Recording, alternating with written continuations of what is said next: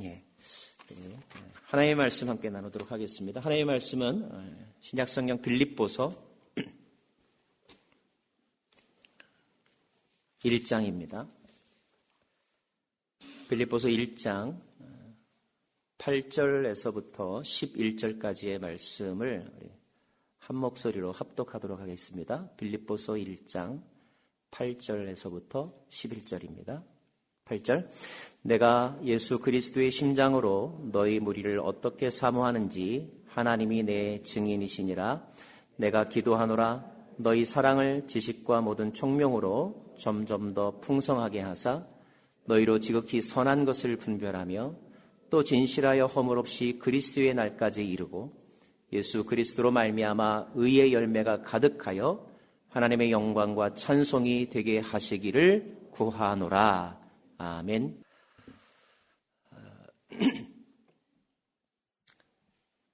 카드 회사에서 광고 메일이 왔는데요. 신용카드 만들려고 왔습니다.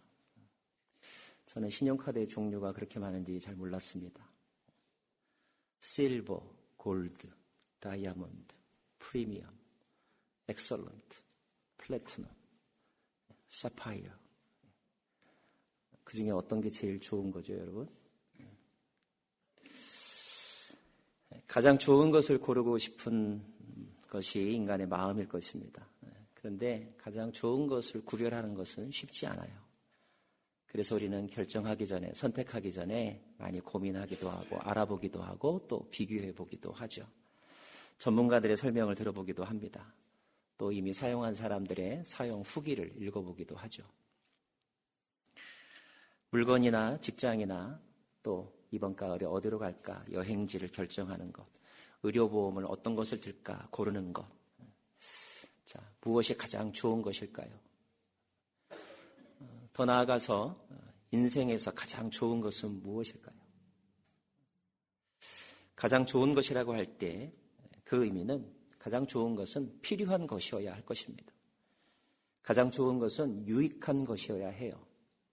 가장 좋은 것은 바른 것이어야 합니다. 가장 좋은 것은 모든 것을 포함하고 있어야 합니다. 또 가장 좋은 것은 모든 사람들을 위한 것이어야 합니다. 그리고 가장 좋은 것은 오래가는 것이어야 합니다. 절대적이어야 한다는 뜻입니다.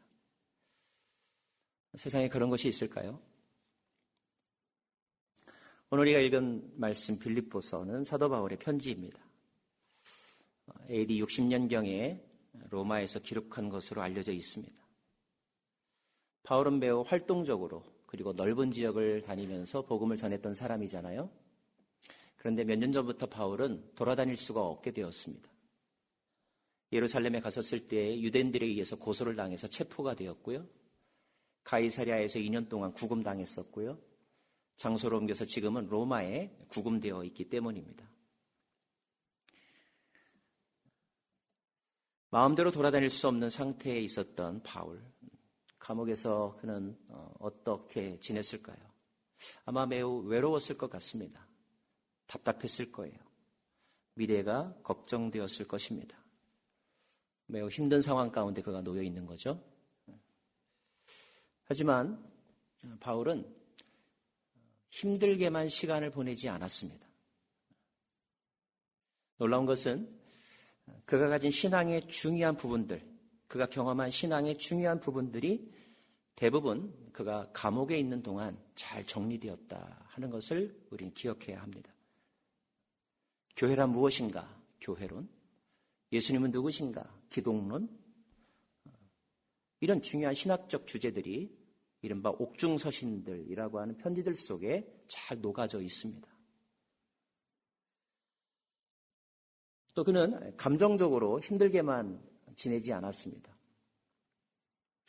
그는 옥중서신 읽어보면 오히려 기뻐한다는 말, 감사한다는 말, 찬양한다는 말, 이런 말들을 즐겨하고 있습니다. 어떤 편지에는 오히려 감옥 바깥에 있는 사람들을 걱정해주고 그들을 위로해주는 그런 표현들을 이렇게 나타내기도 합니다. 정리하면 그는 몸은 비록 감옥에 있었지만 영혼은 자유로운 사람이었다. 위대한 사람들은 어려운 환경 속에 있다 할지라도 감정을 잘 다스리더라고요. 주어진 환경을 탓하지 않습니다. 주어진 환경이 매우 열악하다 할지라도 그 속에서 자기가 할 수 있는 일을 찾아서 합니다. 행동으로 할 수 없다면 머리로 합니다. 자기가 직접 할 수 없다면 다른 사람에게 영향을 주어서라도 그 일을 하게 하더라고요. 그렇게 본다면 하나님이 우리에게 낭비하라고 주신 시간은 없는 것 같습니다. 건강하든 건강하지 않든 또 내가 어디를 돌아다닐 수 있든 아니면 한 곳에 머물러만 있든지 간에 하나님이 주신 그 시간은 우리에게 선물이요 은사라는 거죠. 성경은 우리에게 세월을 아끼라 때가 악하니라 이렇게 말씀하고 있는데 영어로는 making the most of every opportunity 이렇게 쓰고 있습니다. 우리에게 주어진 그 기회를 잘 사용해라 이런 뜻입니다. 그런 사람의 대표가 바로 바울이라고 여겨집니다. 오늘 편지는 바울이 특별히 빌립보 지역에 있는 성도들에게 쓴 편지이죠. 자, 수많은 지역, 수많은 사람들이 있는데 왜 특별히 바울은 빌립보에 있는 성도들에게 편지를 쓸까요? 그는 이 편지에서 내가 빌립보 성도들을 생각하고 있다. 내가 빌립보 성도들을 사모하고 있다. 내가 그 빌립보 성도들에 대해서 특별히 고마운 마음을 가지고 있다. 이렇게 표현하고 있는데 아마 우리가 인생을 살면서 이런 관계를 갖는 사람은 그렇게 많지 않을 것 같아요. 이런 관계가 유지가 되려면 한쪽만 잘해서는 되지 않더라고요. 두 사람이 서로 잘해야 이런 관계가 유지가 됩니다. 바울과 빌립보 교회 성도들의 관계를 보면 우리는 그 원리를 알 수가 있습니다. 확인할 수가 있는데요. 서로 최선을 다했다는 것을 우리가 알 수가 있습니다. 바울은 빌립보 교회를 위해서 최선을 다해서 말씀을 전했습니다. 심지어 빌립보에서 말씀을 전할 때 감옥 생활도 한 적이 있습니다. 빌립보 교회 성도들은 바울에게 존경과 후원을 아끼지 않았습니다. 그들은 바울이 전하는 복음을 귀중하게 여겼고 잘 받아들였습니다. 더 나아가서 바울이 복음 전하는 일을 물심양면으로 지원했습니다. 그래서 오늘 말씀에도 보면 바울은 빌립보 교회 성도들이 복음을 위한 일에 참여하였다 이렇게 표현하고 있고요. 은혜에 동참하였다 이런 말을 합니다. 은혜에 동참하였다라고 하는 말은 바울이 전도를 다니면서 많은 도움을 받고 후원을 받았는데 그것이 바울에게는 하나님의 은혜였겠죠. 근데 그 은혜에 빌립보 교회 성도들이 동참하였다. 물질적으로 후원하였다. 서포트하였다. 이런 뜻입니다. 이렇게 한 사람은 열정과 사랑으로 말씀을 전하고 목회적인 돌봄을 하고 또 상대방은 기도와 후원으로 함께 거기에 반응하게 될 때 이 관계는 더욱더 견고해지는 거죠. 여러분 예수님이 하신 말씀 가운데서 마태복음 7장 12절에 이런 말씀이 있습니다. 그러므로 무엇이든지 남에게 대접을 받고자 하는 대로 너희도 남을 대접하라. 이것이 율법이요 선지자니라. 이런 말씀이 있는데 사람들은 이 구절을 인간관계의 황금률이다 이렇게 말합니다. 사람들과의 관계를 잘 맺으려면 잘 대접하라는 거예요. 그러면 대접이 돌아온다는 것입니다.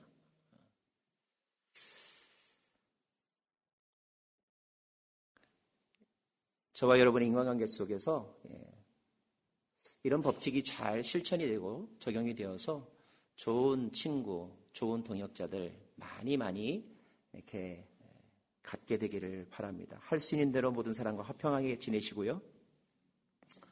또 바울과 빌립보 교회처럼 평생 함께 갈 수 있는 그런 공동체 또 그런 동역자 만나시기를 간절히 빕니다. 자, 그런 인사말과 함께 바울은 특별히 오늘 편지 1장이니까 서론격에 해당이 되죠. 이 서론격에 되는 1장에서 매우 중요한 어쩌면 빌립보서 전체의 주제를 담고 있는 중요한 기도를 그들을 위해서 하고 있습니다. 오늘 그 기도를 함께 살펴보려고 합니다. 자, 그 기도의 첫 번째는 무엇인가? 우리 9절 말씀을 같이 한번 다시 읽겠습니다. 9절입니다. 시작. 내가 기도하노라 너희 사랑을 지식과 모든 총명으로 점점 더 풍성하게 하사. 첫 번째 바울이 빌립보 교회 성도들을 위해서 드리는 첫 번째 기도는 사랑이 풍성해지는 것입니다. 근데 이 구절을 자세히 읽어보면 그냥 사랑이 아닙니다. 지식과 총명이 가득한 사랑이라고 되어 있어요. 다른 말로 하면 지혜 있는 사랑을 하기 원한다, 이런 뜻입니다. 지혜 있는 사랑이란 어떤 사랑일까요? 저는 분별할 줄 아는 사랑이라고 말하고 싶습니다. 사랑하지만 때를 분별하는 사랑,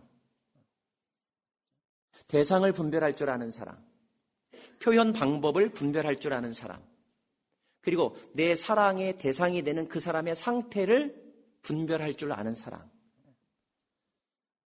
그러므로 사랑하지만 지혜 있는 사랑은 때로는 절제합니다. 때로는 과도하게 집중합니다. 지혜가 있을 때 그렇게 사랑할 수 있는 거죠. 이 시대에 사랑이 없다라는 말들을 많이 하죠. 엄밀하게 말하면 사랑이 없는 것이 아니죠. 드라마가 사랑을 이야기하고 있고 모든 노래들이 사랑을 주제로 담고 있지 않습니까? 사랑이 없는 것이 아니라 문제는 분별 없는 사랑을 하기 때문인 거죠. 지혜 없는 사랑을 하기 때문에 그렇습니다. 그래서 사랑해서는 안 될 사람을 사랑하고요. 반드시 사랑해야 될 사람을 사랑하지 않는 것이고요. 많이 줘야 될 때 오히려 입을 닫고요. 그리고 말하지 않아도 될 때 불필요하게 말을 많이 해서 오히려 사랑이란 이름으로 상처를 주기도 하니까요.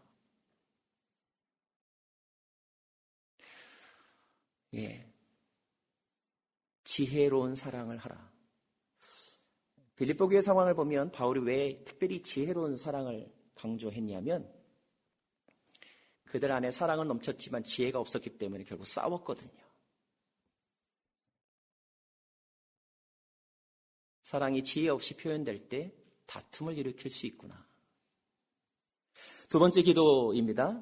10절 말씀 같이 보겠습니다. 10절 말씀. 시작. 너희로 지극히 선한 것을 분별하며 또 진실하여 허물 없이 그리스도의 날까지 이르고. 두 번째 빌립보를 위한 바울의 두 번째 기도는 지극히 선한 것을, 지극히 선한 것, 가장 좋은 것을 알기 원한다. 이런 기도입니다. 여러분, 나쁜 것이 있습니다. 좋은 것이 있죠. 더 좋은 것이 있습니다. 가장 좋은 것이 있습니다. 지극히 선한 것이 있습니다. 최고의 것, best of the best. 자, 좋은 것이 아니라 good to great, 위대한 것은 무엇일까요? 위대한 것이 아니라 best of the best는 무엇일까요? 인생에서, 영적인 삶에서 사도 바울은 말합니다. 가장 좋은 것은, 지극히 선한 것은 예수이고 예수를 아는 것이라고 말합니다. 왜냐하면 예수님은 가장 좋은 것이 가지고 있는 특징들, 즉 필요하고 유익하고 영원하고 절대적이며 모든 분을 위한 것이라고 하는 특징을 다 가지고 있기 때문입니다. 그래서 바울은 말하기를 가장 좋은 분, 그분을 아는 것이야말로 가장 중요한 일이라고 말하고 있는데 빌립보 성도들이 바로 그런 사람들이 되기를 기도하겠다. 이렇게 말하고 있는 것입니다. 가장 좋은 것을 가진 사람의 특징이 뭘까요? 여러분, 가장 좋은 것, 최고의 것을 가진 사람은 그냥 좋은 것들에 매이지 않습니다. 가장 좋은 것 앞에서 그냥 좋은 것은 사소한 것이 되기 때문에 그래요. 가장 좋은 것을 가진 사람은 나머지 모든 일에 대해서 너그럽습니다. 자유롭습니다. 때로는 포기할 줄 압니다. 바울에게 예수님은 바로 그런 분이었습니다. 그래서 바울은 이렇게 말하죠. 빌립보서 3장 8절에 보면 또한 모든 것을 해로 여김은 내 주 그리스도 예수를 아는 지식이 가장 고상함을 인함이라. 내가 그를 위하여 모든 것을 버리고 배설물로 여김은 이라고 되어 있습니다. 바울에게도 꿈이 있었고 소유물이 있었고 자랑하고 싶었던 과거들이 있었지만 그러나 가장 좋은 것, 가장 좋은 분을 알고 나니 그 모든 것들이 그저 부록에 지나지 않았다. 사소한 것에 지나지 않더라. 이것을 깨달았던 것입니다. 그런 마음으로 바울은 오늘 빌립보 성도들에게 이렇게 말합니다. 15절부터의 말씀인데 우리 한번 자막을 통해 같이 읽어볼까요? 읽겠습니다.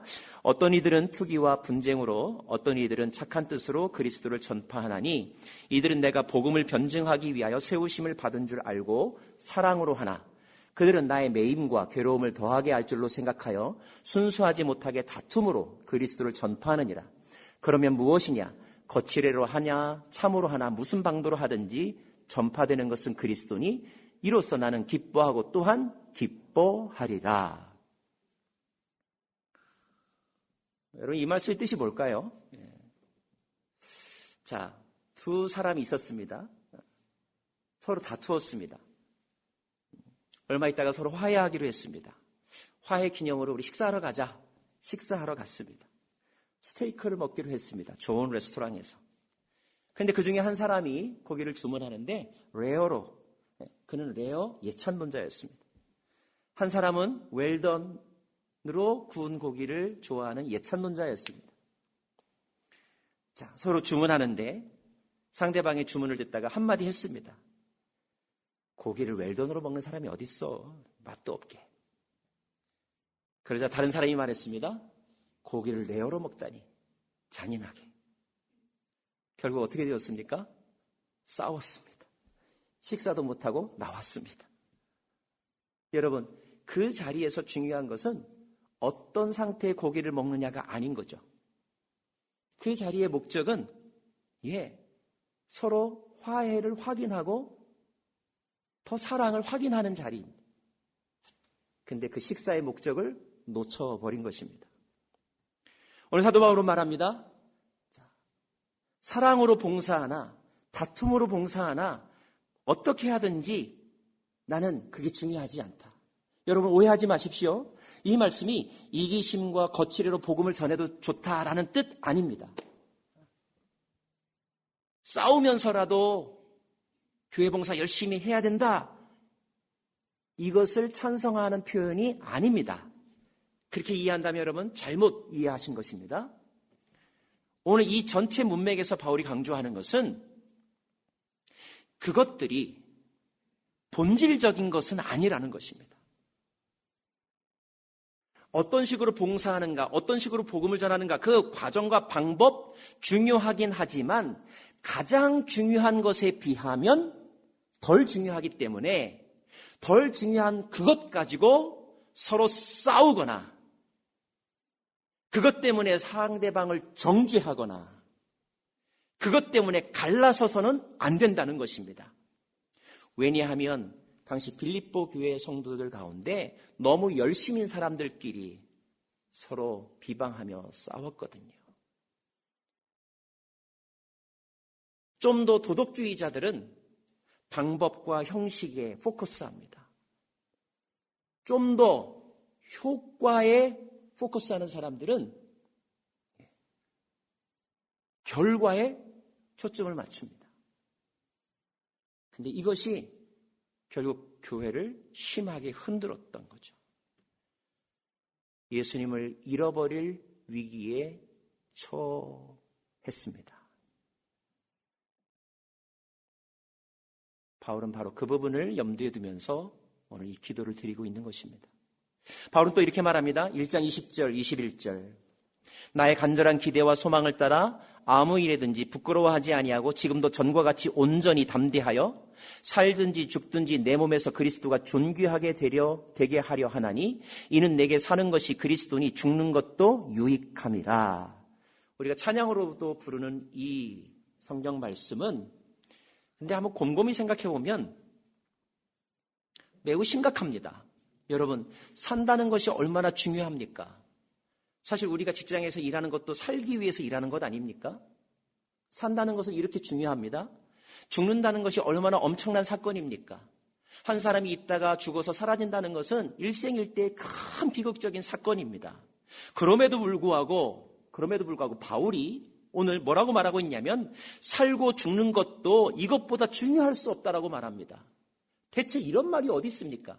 세상에 어디에 사는 것보다 중요하고 세상에 어디에 죽는 것보다 중요한 게 어디 있습니까?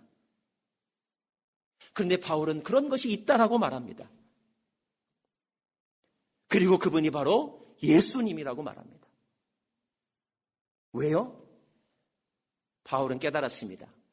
사람의 살고 죽는 것이 예수님 안에 있기 때문에 예수님은 사는 것보다 죽는 것보다 더 중요한 가장 귀한 분이라고 말하고 있는 것입니다.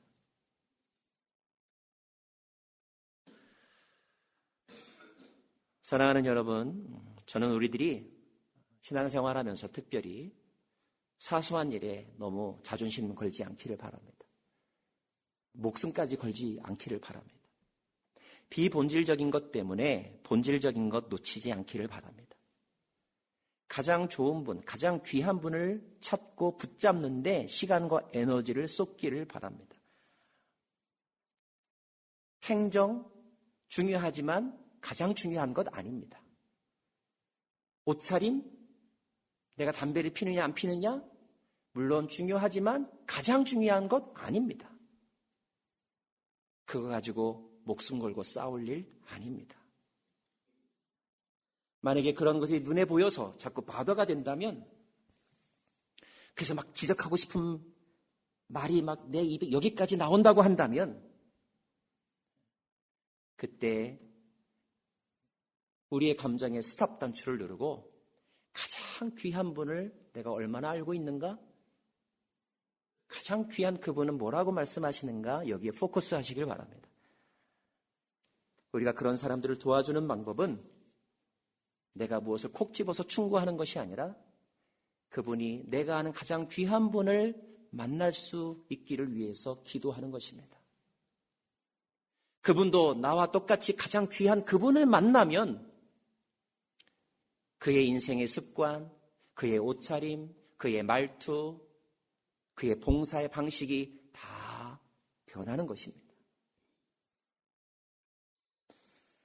가장 귀한 분, 가장 귀한 것을 체험하면 어떻게 되는지 아십니까? 11절 말씀 같이 읽을까요? 11절입니다. 시작. 예수 그리스도로 말미암아 의의 열매가 가득하여. 네, 의의 열매가 풍성해집니다. 가을이죠? 열매들이 많습니다. 배도 사 먹고요, 송이버섯도 사 먹고요. 모든 나무들은 열매를 맺습니다. 어떤 열매를 맺어야 할까요? 우리는 오늘 의의 열매라는 표현이 나옵니다. 의의 열매가 뭘까요? 의의 열매가 뭘까요? 저는 다른 성경에서 이 의의 열매와 같은 의미를 담고 있는 표현, 이 표현은 여러분이 익숙할 거예요. 그게 뭘까요? 성령의 열매. 성령의 열매 우리 9가지 한번 해볼까요? 시작. 사랑과 희락과 화평과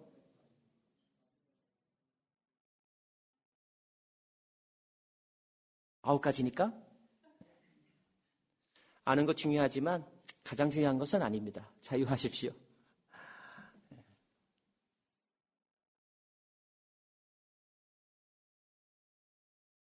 이런 성령의 열매 또는 오늘 표현에 나오는 의의 열매를 강조하면 또 사람들은 고민합니다. 어떻게 열매를 많이 맺을까? 그래서 또 뭔가 훈련받으려고 합니다. 근데 오늘 말씀 자세히 보십시오. 예수 그리스도로 말미암아 의의 열매가 가득하여. 예수 그리스도를 통하여 의의 열매가 가득해질 수 있다고 기록되어 있습니다.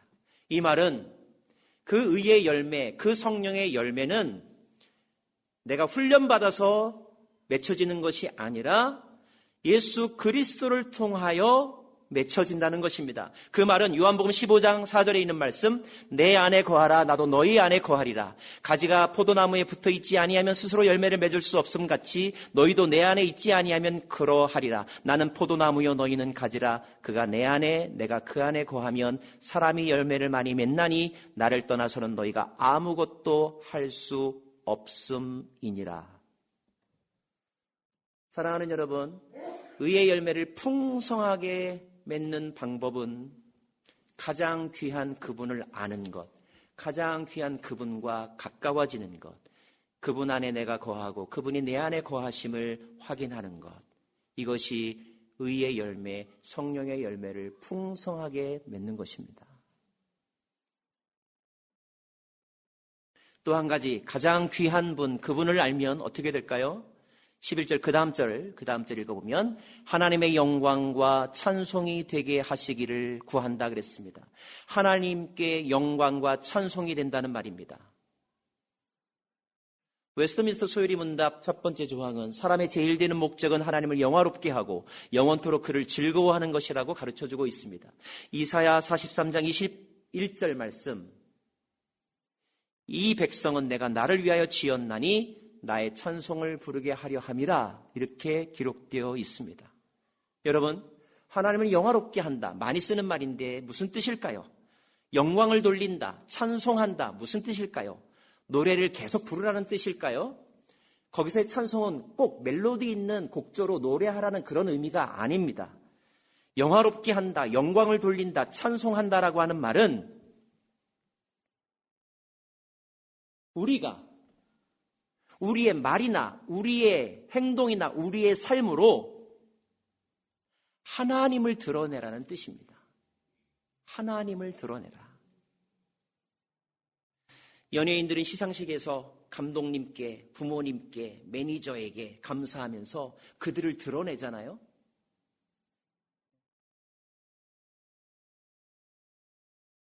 자, 하나님께 영광을 돌린다는 말은 다른 사람이 볼 때, 아, 저 사람 마치 하나님 같아. 저 사람을 보니 하나님이 살아계시네. 이렇게 생각하게 하라는 것입니다. 자기 자신을 통해 하나님의 성품을 드러내는 것, 이것이 하나님께 영광을 돌리는 일이고 하나님을 영화롭게 하는 것입니다. 많은 인간들이 소망하고 있죠. 인간들이 소망이 뭔가 가만히 보니까요, 하나님 되는 것을 소망하더라고요. 하나님처럼 나는 전능하기를 원하고 내 마음대로 하고 싶기를 원하고 죽지 않고 영원히 살기를 원하는 것, 이것은 자기가 하나님 되겠다는 뜻이거든요. 하지만 성경은 분명히 가르쳐줍니다. 우리는 하나님 될 수 없다고요. 하나님과 인간은 본질적으로 다르다고요. 그러나 성경은 우리에게 이것은 가르쳐줍니다. 무엇을요? 하나님 되는 것을 가르쳐주는 것이 아니라 하나님을 닮아가는 것을 가르쳐줍니다. 하나님을 닮아가는 사람이 되는 것, 하나님 닮은 사람이라는 소리를 듣는 것, 이것이 하나님께 영광을 돌리는 것입니다. 사도 바울이 빌립보 교회를 생각하면서 나는 빌립보 교회가 참 하나님 닮은 교회다, 주님 닮은 교회다, 그런 교회가 되기를 원한다고 기도하겠다고 지금 말하고 있는 것입니다. 이 기도가 지금 서울에 가 계신 우리 원 목사님의 에덴 교회를 위한 기도일 것이고, 우리 목회자들의 여러분을 위한 기도이고, 부모들이 자녀들을 위한 기도이고, 예수님의 이 땅 교회를 위한 기도인 줄로 믿습니다. 왜 사도 바울은 이런 기도를 할까요? 만약에 사람들이 자기의 이름과 자기 영광을 드러내는 것을 좋은 것으로 여겨서 그것에 얽매여 봉사할 때, 그것 때문에 서로 경쟁할 때, 그것을 가지고 뒤에서 뒷담화하게 될 때에 교회는 더 이상 교회가 아니기 때문에 그렇습니다.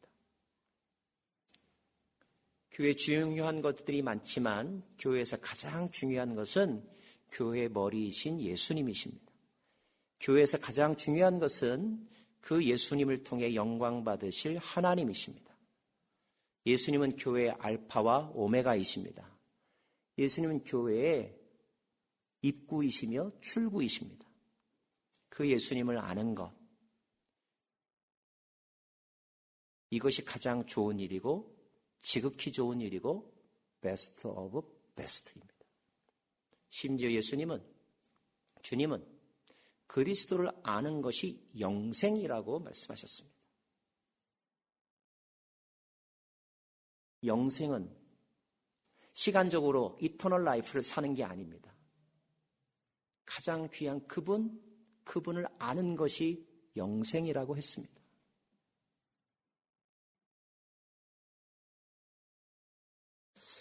얼마 전에 제가 무슨 일 때문에 병원에 갔다가 대기하던 중에 한국분을 만났습니다. 그는 저에게 이것저것 물으면서 제 상태를 걱정해 주었습니다. 제 아픔에 공감도 해주면서 그러면서 그분이 이렇게 말했습니다. 이민생활 힘들면 카지노를 가보세요. 그러더라고요. 깜짝 놀랐습니다.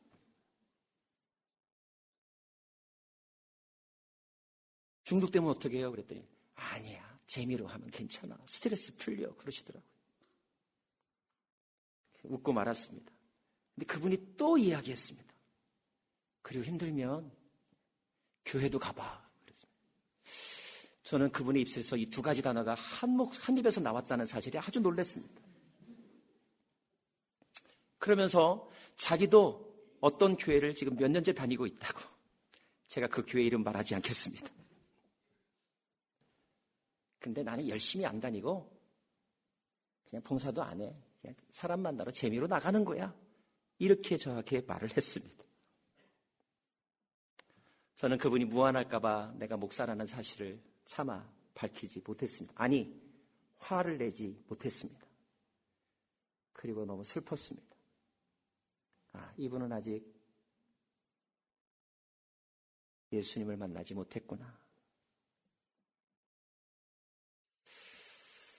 목사들의 설교는 이분에게는 그냥 참고 뉴스였을 뿐이구나.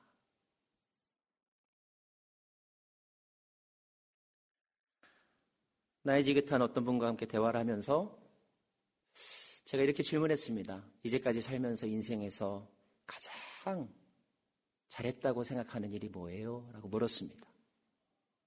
그랬더니 그분이 저에게 이렇게 말했습니다. 예수 믿은 거예요.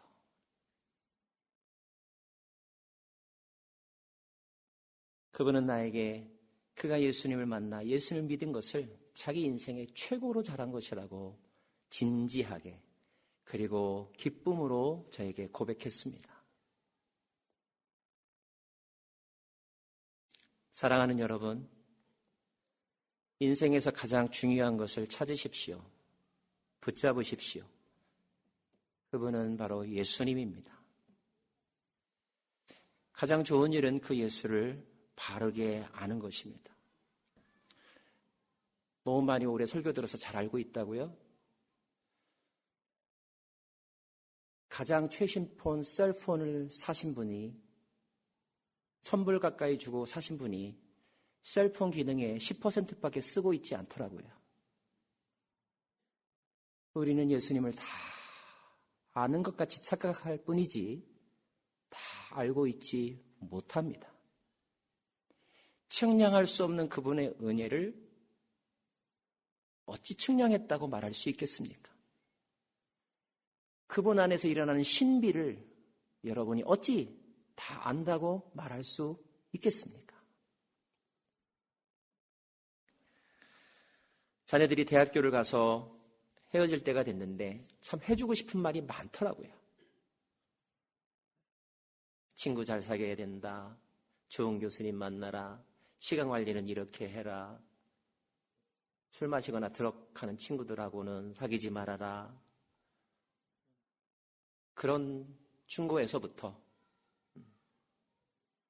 빨래는 이렇게 해라.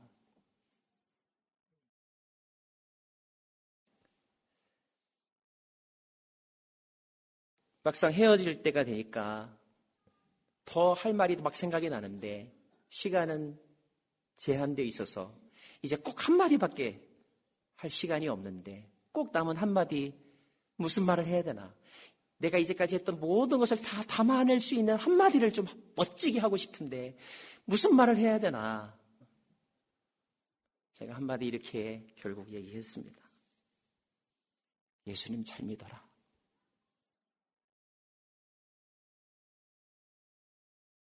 하나님 잘 믿어라.